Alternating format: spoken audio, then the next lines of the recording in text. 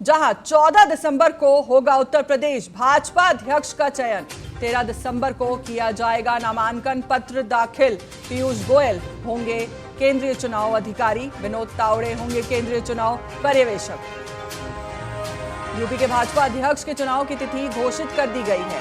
13 दिसंबर को दोपहर 1 से 2 बजे तक अध्यक्ष के पद के लिए नामांकन पत्र दाखिल किया जाएगा और 14 दिसंबर को प्रदेश अध्यक्ष का चुनाव संपन्न होगा।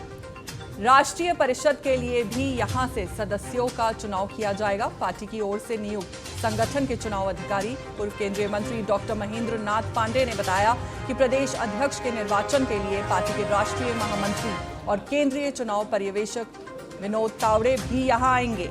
उनके सामने ही प्रदेश अध्यक्ष के लिए नामांकन पत्र लिया जाएगा, जबकि केंद्रीय चुनाव अधिकारी के तौर पर केंद्रीय मंत्री पीयूष गोयल की मौजूदगी में 14 दिसंबर को चुनाव संपन्न कराया जाएगा।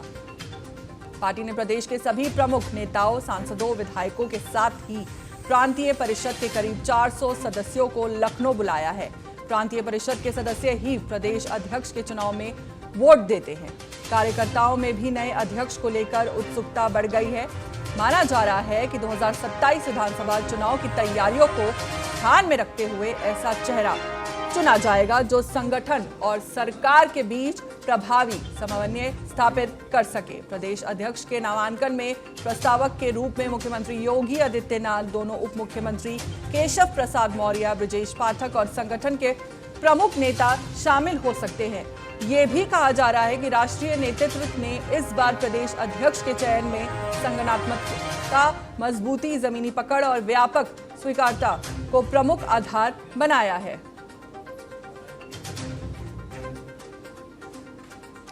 हमारे साथ इसी खबर पर ज्यादा जानकारी के साथ जुड़ चुके हैं bureau chief Nitin Singh. Nitin, UP Bhajpa अध्यक्ष के चुनाव में इस बार प्रक्रिया की सबसे अहम बातें क्या हैं? देखिए, यूपी के बीजेपी के प्रदेश अध्यक्ष का ऐलान होना है और बताया जा रहा है कि 14 तारीख को ये ऐलान हो जाएगा। कल नामांकन होंगे और इसके लिए भाजपा ने प्रदेश के सभी प्रमुख नेताओं, सांसदों, विधायकों के साथ जो प्रांतीय परिषद के करीब 400 सदस्य हैं उन्हें लखनऊ बुला लिया है। प्रांतीय परिषद के सदस्य ही प्रदेश अध्यक्ष के चुनाव में वोट देते हैं और प्रदेश अध्यक्ष के नामांकन में प्रस्तावक के रूप में मुख्यमंत्री योगी आदित्यनाथ, दोनों उप मुख्यमंत्री केशव प्रसाद मौर्य, ब्रजेश पाठक और संगठन के प्रमुख नेता जो हैं वो शामिल होंगे। कल इसका नामांकन होना है। उत्तर प्रदेश में ये बहुत चर्चित विषय इस वक्त बना हुआ है कि आखिर प्रदेश अध्यक्ष कौन होगा। 13 दिसंबर को नामांकन किया जाएगा। इसके बाद बीजेपी के नए प्रदेश अध्यक्ष का नाम का जो घोषणा है वो 24 तारीख को की जाएगी। सूत्रों की माने तो 24 से 48 घंटे के भीतर ही नए प्रदेश अध्यक्ष का ऐलान जो है वो हो जाएगा। और बीजेपी प्रदेश अध्यक्ष की लिस्ट में अगर देखा जाए तो सबसे ऊपर अगर किसी का नाम चल रहा है तो BL वर्मा का चल रहा है, जो कि राज्यसभा के सांसद हैं और केंद्रीय राज्य मंत्री भी हैं, उनका नाम सबसे आगे है। इसके साथ ही बीजेपी अध्यक्ष JP नड्डा से मुलाकात के बाद जो पूर्व केंद्रीय मंत्री हैं साध्वी निरंजन ज्योति, उनका नाम भी तेजी से आगे चल रहा है। इसके लिए अगर देखा जाए तो जो प्रक्रिया है वो प्रक्रिया भी कहीं ना कहीं अब सुचारू रूप से चलाने के लिए जो बयान था वो भी जारी कर दिया गया है। महेंद्र नाथ पांडे जो कि पूर्व केंद्रीय मंत्री हैं और बीजेपी संगठन के चुनाव अधिकारी हैं, उन्होंने साफ तौर पर ये कहा है कल बयान जारी करके कि 13 दिसंबर को नामांकन होगा। शनिवार को दोपहर 1 बजे से 2 बजे तक ये लखनऊ की दफ्तर में नामांकन लिया जाएगा और इस दौरान पार्टी के राष्ट्रीय महामंत्री और केंद्रीय चुनाव पर्यवेक्षक विनोद तावड़े जो हैं वो भी वहां पर मौजूद रहेंगे। इसके बाद 14 तारीख को वोटिंग के बाद ये खुलासा हो जाएगा कि आखिर अगला प्रदेश अध्यक्ष कौन होना है। कई सारे गठजोड़ों को इसमें शामिल करना है क्योंकि समाजवादी पार्टी के PDA के तोड़ को भी उसमें से निकालना है।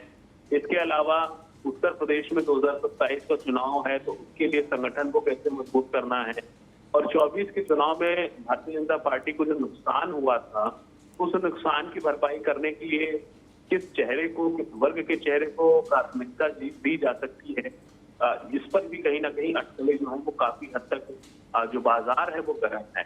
तो कहीं ना कहीं बहुत जल्द अब ये प्रदेश अध्यक्ष का जो खुलासा है वो होने वाला है और देखना ये होगा कि आखिर किस चेहरे पर मुहर लगे। जी नितिन, 2027 विधानसभा चुनाव से पहले नए अध्यक्ष की भूमिका किस तरह महत्वपूर्ण होगी? देखिए, नए अध्यक्ष की भूमिका महत्वपूर्ण तभी होगी। सबसे अहम चीज तो ये है कि वो किस वर्ग से आएगा, क्या ओबीसी से आएगा, एसटी से आएगा या जनरल कैटेगरी का आएगा, ये सबसे अहम होता है। क्योंकि बीएल वर्मा के साथ साथ पंकज चौधरी का नाम सबसे ऊपर इस वक्त चल रहा है। महाराष्ट्र से 7 बार के वो सांसद रहे हैं, केंद्रीय वित्त राज्य मंत्री रहे हैं और कुर्मी बिरादरी से भी आते हैं। बीएल वर्मा का नाम है, साध्वी रंजन ज्योति का नाम है। बहुत सारे ऐसे जो चेहरे हैं जो ओबीसी कैटेगरी से ही निकलकर सामने आ रहे हैं और ओबीसी कैटेगरी की दावेदारी सबसे ज्यादा अहम इस वक्त दिखाई दे रही है उत्तर प्रदेश में बीजेपी के प्रदेश अध्यक्ष के रूप में। उसका एक ही कारण है क्योंकि 2024 का जो लोकसभा का चुनाव था उसमें समाजवादी पार्टी का जो था इंडिया गठबंधन से काफी हद तक उत्तर प्रदेश में सफलता मिली और उसका नुकसान जो था वो बीजेपी को हुआ था। उसमें कहीं ना कहीं जो संविधान के लिए जो बातें कही गई थी या दूसरे जो विषयों पर बात कही गई थी उसका फायदा जो था वो समाजवादी पार्टी को मिला था। तो वो फायदा फिर से 27 में ना मिल पाए, उस तरह की बातें अगर 27 में कही जा रही है तो बीजेपी के पास एक ऐसा चेहरा होना जरूरी है जो ये कह सके कि हमने ओबीसी चेहरे को मौका दिया है। और जी बिल्कुल नितिन जी, चलिए ठीक है, शुक्रिया आपका हमारे साथ जुड़ने के लिए। खबरों में आगे बढ़ेंगे, जहां मुख्यमंत्री योगी आदित्यनाथ आज बाराबंकी के दौलतपुर गांव का दौरा करेंगे, जहां पद्मश्री प्रगतिशील किसान रामसरन वर्मा के फार्म हाउस पर आयोजित खेती की बात खेत पर किसान सम्मेलन में शामिल होंगे। इस दौरान मुख्यमंत्री किसान पाठशाला का शुभ आरंभ भी करेंगे। कार्यक्रम की सभी तैयारियां पूरी कर ली गई हैं।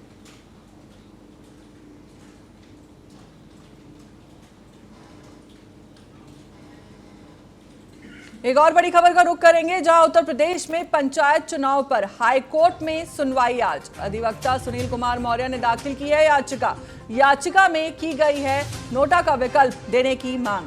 बैलेट पेपर में चिन्ह के साथ प्रत्याशियों के नाम भी लिखे जाए। उत्तर प्रदेश में होने वाले स्तरीय पंचायत चुनावों में नोटा का विकल्प लागू करने और बैलेट पेपर पर चुनाव चिन्ह के साथ प्रत्याशियों का नाम को अनिवार्य रूप से लिखे जाने के आग्रह वाली जनहित याचिका हाईकोर्ट की लखनऊ पीठ पे दाखिल की गई है।